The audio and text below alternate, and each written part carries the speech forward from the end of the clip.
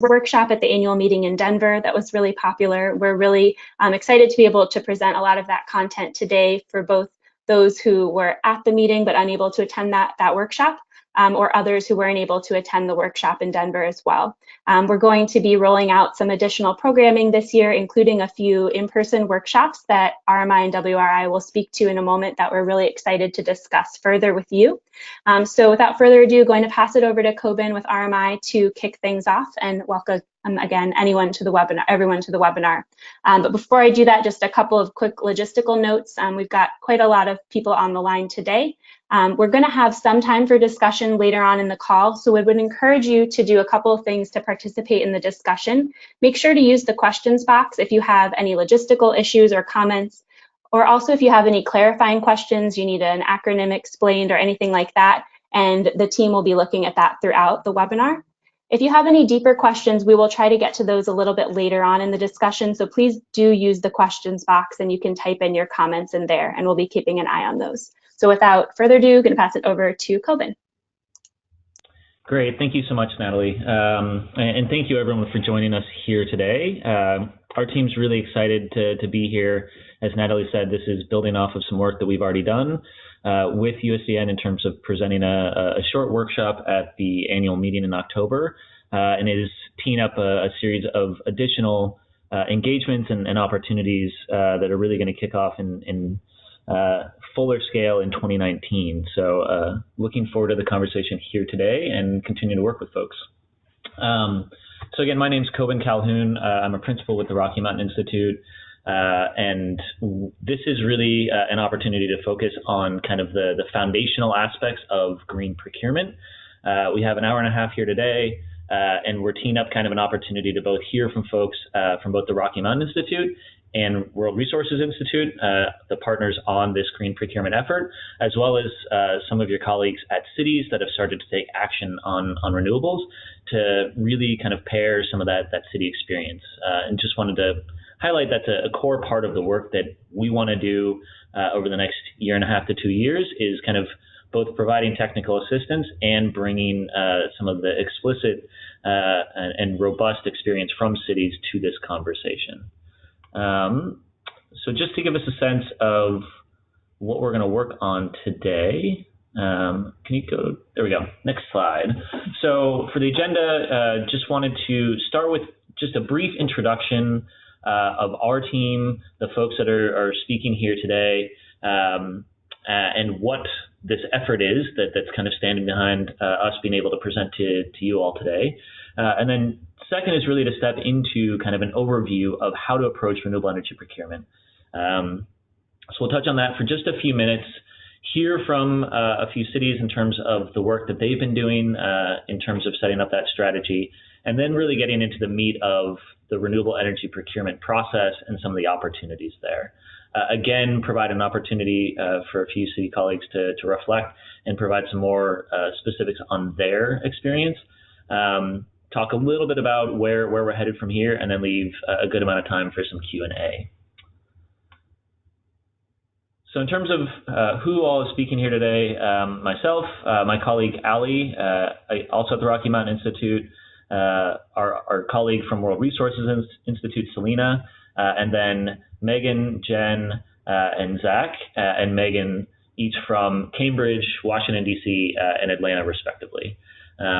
So you'll hear from a few different folks throughout the presentation, and hopefully that'll help bring a good kind of robust set of perspective and experiences from across the renewable energy spectrum. So first, just wanted to start with a brief statement about what's kind of standing behind our work here. World Resources Institute and Rocky Mountain Institute are partnering on an initiative that's called the American Cities Climate Challenge Renewables Accelerator. And this was just launched in October, and is really designed to support cities that have set or are interested in setting and pursuing low carbon renewable energy goals. So this is a partnership both between RMI and WRI from a technical assistance standpoint, but partnering with the American Cities Climate Challenge, which was recently launched from Bloomberg Philanthropies, and the Urban Sustainability Directors Network here. So a partnership across these different organizations to do three things. One is to offer in-person trainings. We'll talk a bit more about that, but today's kind of part of that mix, starting off with some webinars, but actually delivering some in-person workshop and training opportunities to bring cities together to learn from each other and from technical experts. Second is to support those trainings by providing some additional resources through an online portal, as well as continuing to build out other resources that can really help accelerate and support cities as they move forward. And then third is some ongoing, what we're calling cohort-based support and light consultations. So providing an opportunity to get direct questions answered and to identify where our team can really help, again, your teams move forward on the renewable side. Just wanted to pause here and just thank Bloomberg Philanthropies for their support of this work and really helping us kind of fund our time and ability to really drive this work forward. So with that, maybe let's just step into the introduction around renewable energy procurement. And wanted to basically tee up that this work and what we're presenting here is really built off of a few things. So, over the past 6 to 9 months, we've done a great deal of outreach and engagement with cities, talking to sustainability staff and others in the city to really understand what's really standing behind and what are some of the biggest challenges and barriers to moving forward, in particular on implementing renewables. So thank you to all of you who have offered up your time to really help us learn more about ways in which we can support you. We would love to continue those conversations and really ensure that the resources and time that we're spending on this are really paired with what's going to be most useful for you and your teams. In addition, our teams have been doing quite a bit of work on renewables procurement for several years now, in particular in the corporate sector. So we're drawing on a bit of that experience and expertise as well to really help us kind of understand markets and some of these procurement opportunities. So that's kind of the expertise that we bring to the table. And then lastly, I know that this is this falls in line with several other educational opportunities and trainings. There are many other organizations out there that have kind of started to present overviews of how to step into renewable energy procurement and strategies. And one that I know we have worked with and have presented to this group in the past is the Cadmus Meister Consultants Group on their Pathways to 100. So we definitely drew on some of that as well. So this is just a continuation of a lot of work up to this point.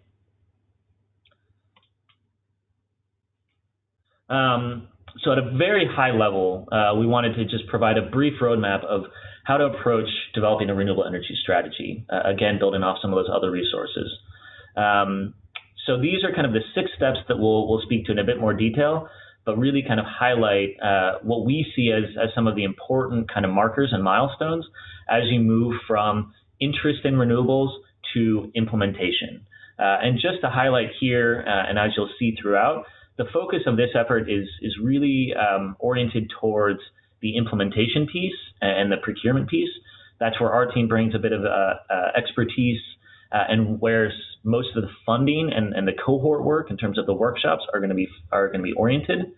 But there are some other really important steps here that we want to be able to support, as we know that cities are at very different points throughout this process.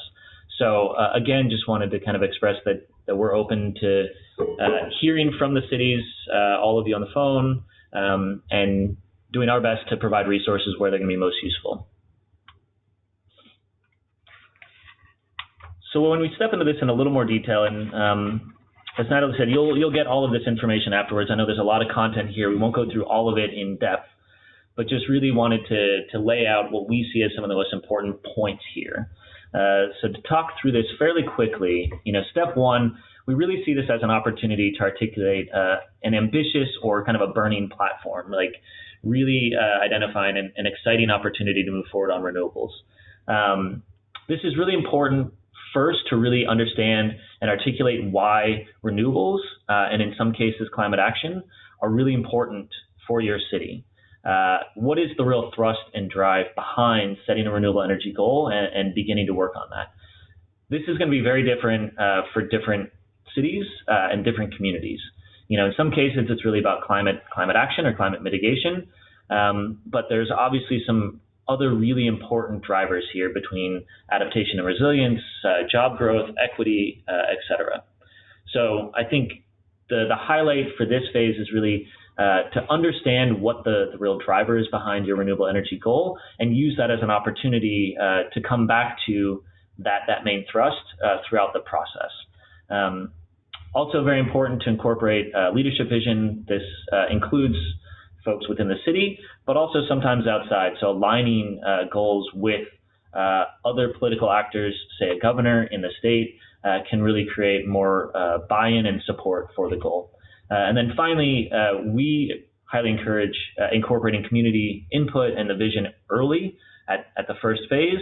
So really looking at the local business community, community organizations, et cetera.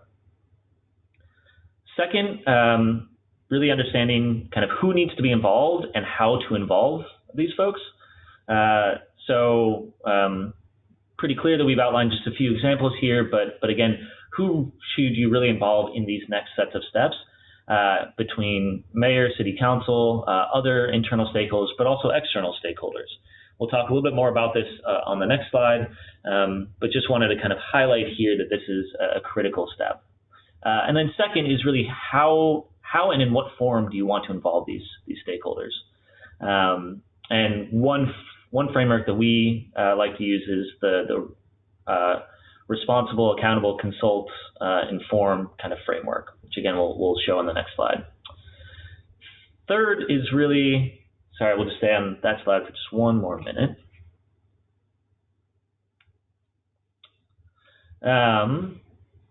Third is really setting the goals and identifying priorities. So again, this kind of tees up and relates back to the first step, but really understanding what are the primary drivers of the renewable energy strategy. This is important to really make sure that the renewable energy piece is part of a comprehensive solution. And often renewable energy isn't just the end itself, but can be a means to an end of achieving a separate set of outcomes that are really important to the community. In addition, I think for us as RMI and WRI, renewable energy is just one part of a holistic solution, especially when it comes to climate action. And so thinking about how renewable energy pairs with other really important actions, such as mobility solutions, energy efficiency, et cetera, is particularly important for really deep energy, clean energy goals and or climate action goals. The fourth step is really to kind of look at your context and start to really to understand kind of what you're able to really drive forward on. So understanding things like regulatory constraints, what are some of the administrative rules and policies, et cetera, and just to better define what your option set is and what is the best course of action moving forward. Before you start implementation, obviously there's the need to develop and adopt a formal plan. We highlight here some of the different procurement options that we'll go into more depth on, but also really thinking about the opportunities and requirements that you have as a city around those options. Can you bring land to the table? Are there requirements around the type of renewables and the type of community members that you want to bring the renewables to? So thinking about some of those different aspects are a really important part before you actually step into implementation. The one caveat I would say is we want to make sure that folks see an opportunity to get started early. So as you'll hear from some of the other cities, learning as you go is an important part. So not necessarily waiting until you have the perfect plan in place to really start on the implementation. So we encourage folks to get engaged and work with us early on.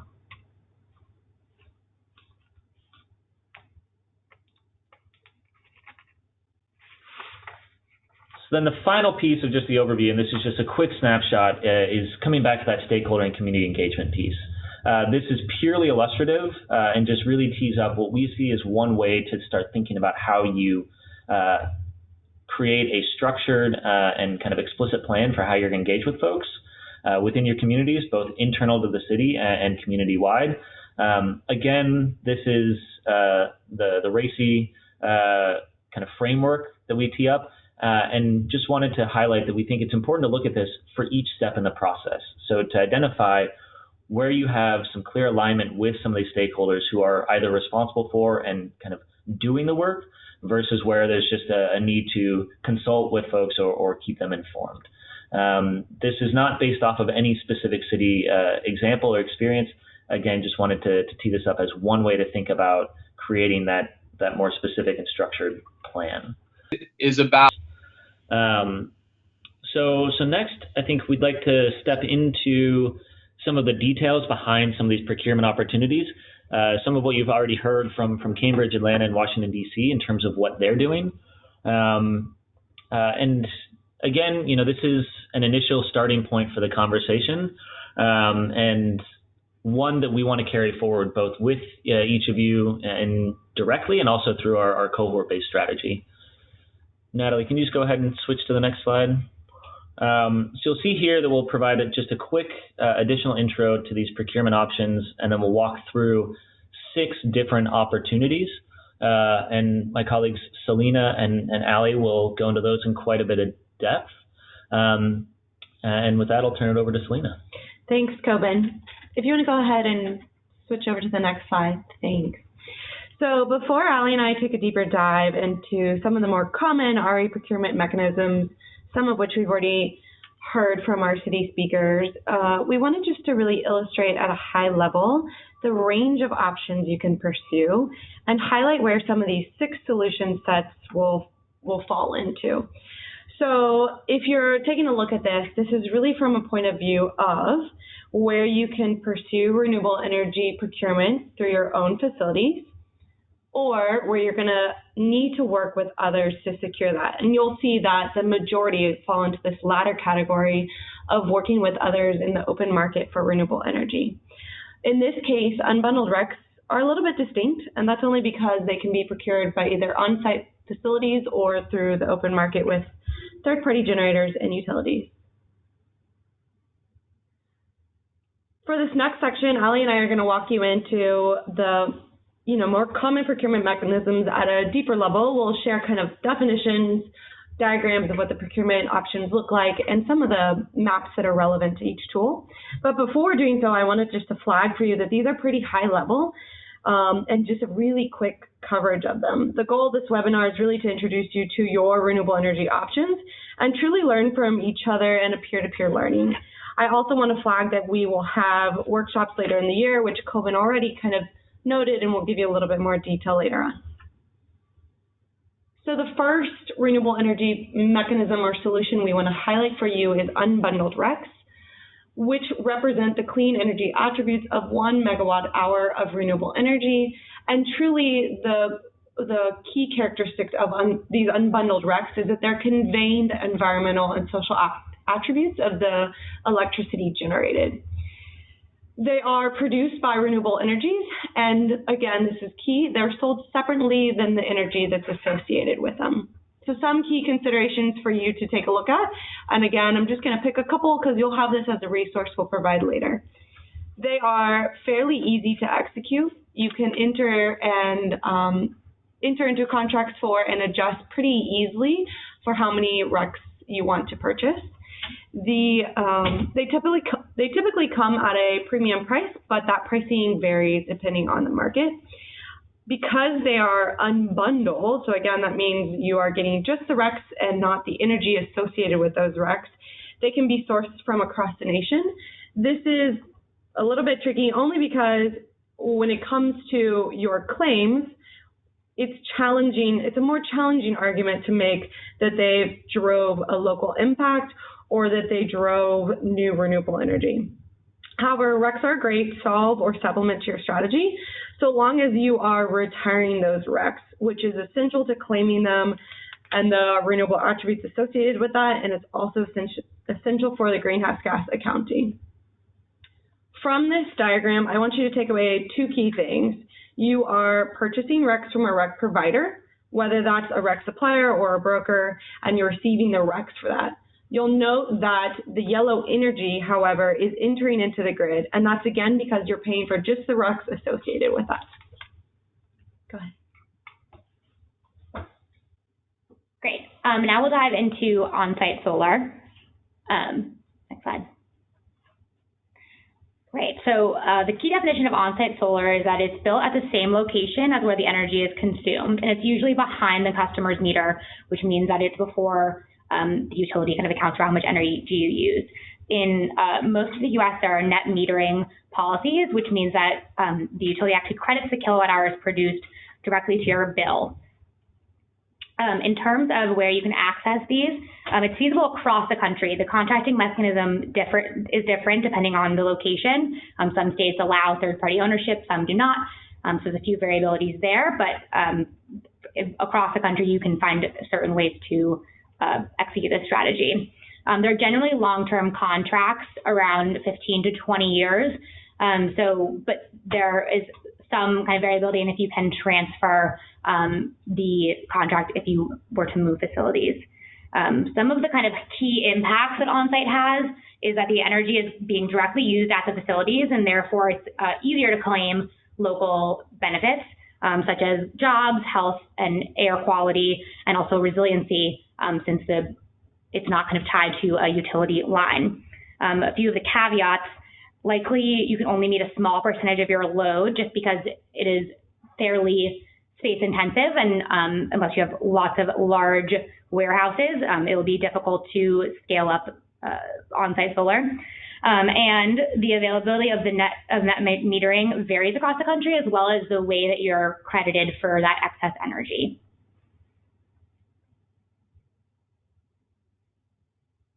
Next slide. Great. So this is a quick diagram of how it works. The yellow lines show that the energy is going into the house that is using the on-site. As I mentioned, if there is net metering in your location, the excess energy will be sent to the utility and you'll get a rebate or credit on the bill. The renewable energy credits, as Selena touched on before, are, depending on the contract, either bundled or unbundled. So they may be held by the developer, or they may be retired with the customer. And the customer is paying a kind of fixed price to the renewable energy developer for every kilowatt hour of energy they produce, if it's owned by a third party. And if you are owning the solar yourself, you don't have to worry about the left side of this diagram. You are just getting the energy credits from the utility. Next, we're going to dive into community solar options. Community solar refers to local projects that are located within your utility load zone and are connected to the utility's distribution grid. Community solar projects usually have multiple off-takers, and the output is divided and credited to multiple accounts, either through third-party contracts or through ownership of the panels themselves. The contract length varies. Some of them are similar to on-site for 15 to 20 years, but again, they have some level of transferability if homeowners are moving, et cetera. Again, on the impacts, it's a local solution. It's in or near the communities that the electricity is serving. So you can claim kind of local jobs, environmental and health benefits, et cetera. It kind of expands the availability of renewable energy to populations without roof access, including low and middle income households, and can usually save customers money on their electricity bill. So that can be a positive attribute of some programs. The city government can act as an anchor off-taker as well in some programs, which will help get the project financed and off the ground as they look to fill the rest of the group with homeowners. Some of the caveats: some programs have size limitations, so it's difficult to kind of, again, scale the solutions to meet all of the city's energy load. And some programs require that the utilities keep the renewable energy credits, not the customer. So again, you have to think about what you're actually claiming. Next one. So again, on these diagrams, the renewable energy developer that is developing and owning the project usually leases local land, sometimes from the city itself, a landfill or a parking lot, et cetera, and they will build the project. The buyers pay the developer for their allocation based on their power purchase agreement or other energy contract. and the RECs will either be transferred to them or held by the developer, depending on the contract. And then the utility gives the customer a net metering credit on their bill. And so you'll see this as a reduction in your energy bill for what you would have spent otherwise.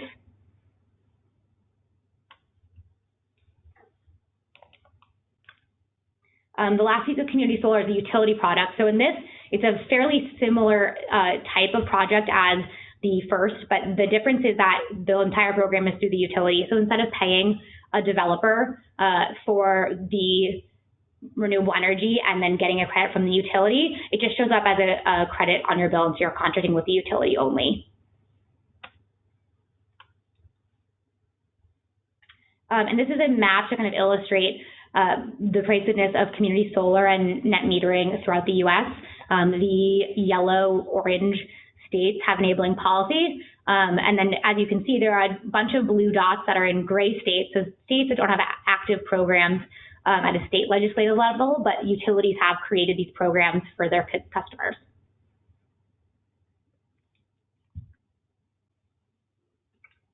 Awesome. We'll now jump into physical and virtual power purchase agreements, also known as PPAs. In a physical power purchase agreement, which is also referred to as a direct PPA, the buyer agrees to purchase the energy produced by a generator over a period of time at a predetermined price per unit of energy. Some key considerations here is that the customer is truly the one responsible for the contracting. They're going to enter into the contract with the renewable energy generator or retail supplier themselves. Typically, these are long-term contracts, and they span from 10 to 20 years that will scale with the size of the project itself.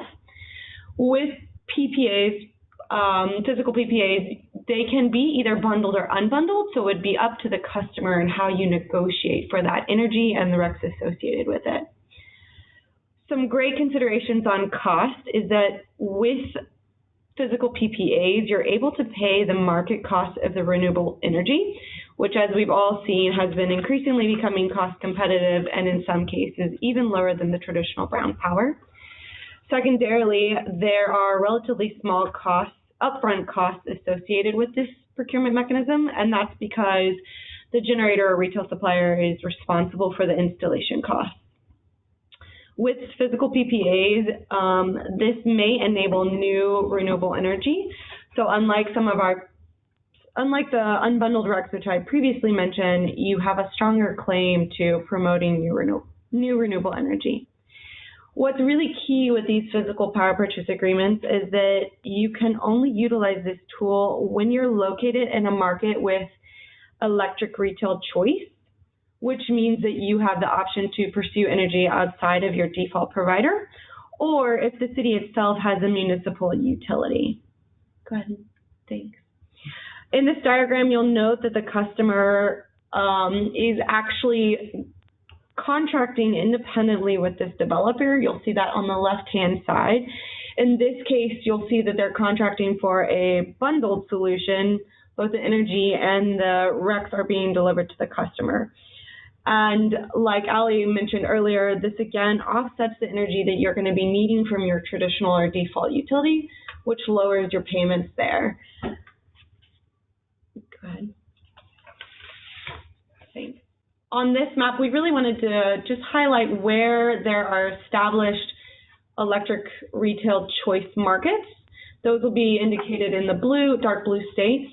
You'll note that some of these states they're labeled as partial, and that's because in some states where there is technically retail choice, because of program requirements such as customer caps, they're a little bit more challenging to fully access and enter into that free market for renewable energy. The next procurement type is virtual power purchase agreements. And these are also known as a contract for difference. Key here is that they're really and truly a financial contract where the buyer agrees to purchase the energy produced by a generator over a period of time at a predetermined price per the unit of energy. Similar to physical power purchase agreements, again, the customer is responsible for the contracting. These, again, are tend to be long-term contracts, and they can, similarly to physical PPAs, enable new builds. And again, they can either be bundled or unbundled, but they tend to be unbundled agreements. And this is really and truly because here's the key difference too with the virtual and physical, is that you're typically contracting for resources outside of your electric serving grid. So that means that you can be located in one state and enter into a virtual power purchase agreement for a resource that's outside of your state and the electricity grid that serves you. And in order to enter into these agreements, you need to be in a wholesale market. In this diagram, you will note that the green lines, which is the financial transaction, is really what's key in the difference between physical and power purchase agreements. Here, the developer sells into the wholesale market, which means they are going to be selling energy at a variable market price. So the customer is then responsible for either the revenue or the loss associated with selling that energy into the wholesale market. And this is really based on the difference between the energy price you contracted for in the PPA and that market price. What's also key here is you're going to be sourcing your energy from typically outside of your electric grid, so you'll note that you're still receiving your energy from your traditional utility. And here again is a map of the wholesale market, so where you could enter into these VPPAs. We're going to now turn over to some utility solutions. The first one that I want to introduce to you is the utility green pricing programs. These are also known as green power programs. What's key here is that you are paying for the RECs only. There's no energy pricing component on this utility solution. And the mechanism is truly voluntary, so there's really no contracting requirements. Like normally you would see cancellation fees, et cetera, but that's not the case here. And you can opt kind of in and out depending on your contract length, which truly varies per the program. I do want to flag that these, let's go back one slide. I want to flag that these can be both bundled and bundled. You'll note that the utility either goes out and they will generate renewable energy, or they're going to be procuring it from others. So depending on how that resource is procured, you're going to have bundled or unbundled, but most programs that exist today are unbundled. Go ahead.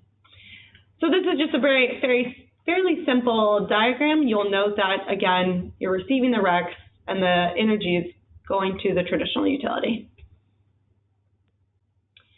The second key utility solution we want to introduce to you guys are utility green tariffs, which are also known as renewable energy tariffs. And really, truly, this is a price structure or an electricity rate that's offered to a class of customers, which allows customers to source up to 100% of their electricity from renewable resources. Some of the key considerations here are procurement is fairly easy when a program already exists. As I mentioned, they're open to a class of customers. So once it's already gone through the regulatory system and received approval, it's then open to anyone of the similar class, which is great. And you will note too, in this case, there's still some flexibility for the customer to negotiate with the renewable energy developer, but it's going to be associated or alongside that utility relationship. These contracts also vary, but they typically provide long-term contracting prices. And what's key here is that they're a bundled renewable energy product. And the procurement diagram, I just want to flag for you, the biggest difference between here and the green power programs is that you are paying for the renewable energy associated with the RECs. And I also want to flag for you that this is just one type of green tariff. Green tariffs vary across the nation, and there are really three key categories that this can take the shape of or look like. This one, the diagram is replicating, is truly a sleeve PPA where you're going through the utility to access your energy, but there are other styles out there, and we're happy to jump into those at a later time. Ooh, math came across a little bit tricky, but you will note that the green indicates where there are green tariffs available, where they've been utilized, and where they're still pending approval. And I'll note for you guys that there are now 23 green tariffs that have been approved across 17 states. Great. And the last piece we're going to dive into is community choice aggregation. This is slightly different than the others that we've talked about because it's not strictly a renewable procurement mechanism. CCAs are established entities that are there to procure power for the local government or enable the local government to procure power for itself. Depending on the state and program, it may serve different customers, different customer classes. And so, again, this is not just for a one-off project. This creates a whole new entity that will procure all power, not just green power. I think one of the main impacts is that it enables your residents to participate, not just for your municipal energy use. And there's multiple different ways that you can actually procure the renewable energy. Next one. So this is just a slide that highlights a few of the different ways. We've kind of actually dug into a few of them in the other slides, so I won't jump in here, but as you can see, the top four, you're working with through the spot market, you're either financing and building your own renewable assets, you can go through the utility or a third-party generator. Again, all of these different mechanisms are dependent on where you're located based on what we described in the past slides. And on the right, you can see the darker options with the plus sign are where RECs are included, and the more transparent ones are where RECs are optional depending on the contract. And the bottom is similar to what Selena first talked about, the unbundled RECs, where as a CCA you can procure normal power and then work with a REC broker or supplier to account for as much renewable energy as you want for your customers. And there's community choice aggregation authorized in 8 states and active in 7 currently. But as you can see, there are more states that are looking at legislation now and also just looking into what a program would look like for them. So we're just going to wrap up here with a couple kind of key next steps. And then we've received 2 questions so far, so we can give a quick answer and provide a more kind of robust answer to these questions, and if there's any others that come in, we'll go ahead and add those to our follow-up that will come out by end of day tomorrow. So next steps, one that we'll just say here, we've spoken with the folks at USDN. The slides and content from what we presented today will get sent out tomorrow, along with a couple other kind of short resources around technical terms, et cetera. Outside of that, just wanted to highlight for folks, as we started out the start of this conversation, talking about some more in-depth educational sessions and workshop opportunities. We're teeing up 2 of those, what we're calling boot camps for the start of 2019. One in February that will take this content that we've presented here and provide a much deeper dive conversation around foundational procurement opportunities and basically just expand out the kind of process and resources to support this in much greater depth. In addition, kind of paired with that, we're going to do a related workshop focusing on the offsite opportunities and do a deep dive there. And then in April, we'll come back, run the same Procurement 101 or foundational workshop, and then paired with a deeper dive on the local solar opportunities. And for that, obviously, there's an opportunity to really engage with cities and bring experts to the table. Second, another set of next steps is really building out more of kind of the procurement roadmap or how-to. So this is going to go into a bit more depth on the procurement opportunities.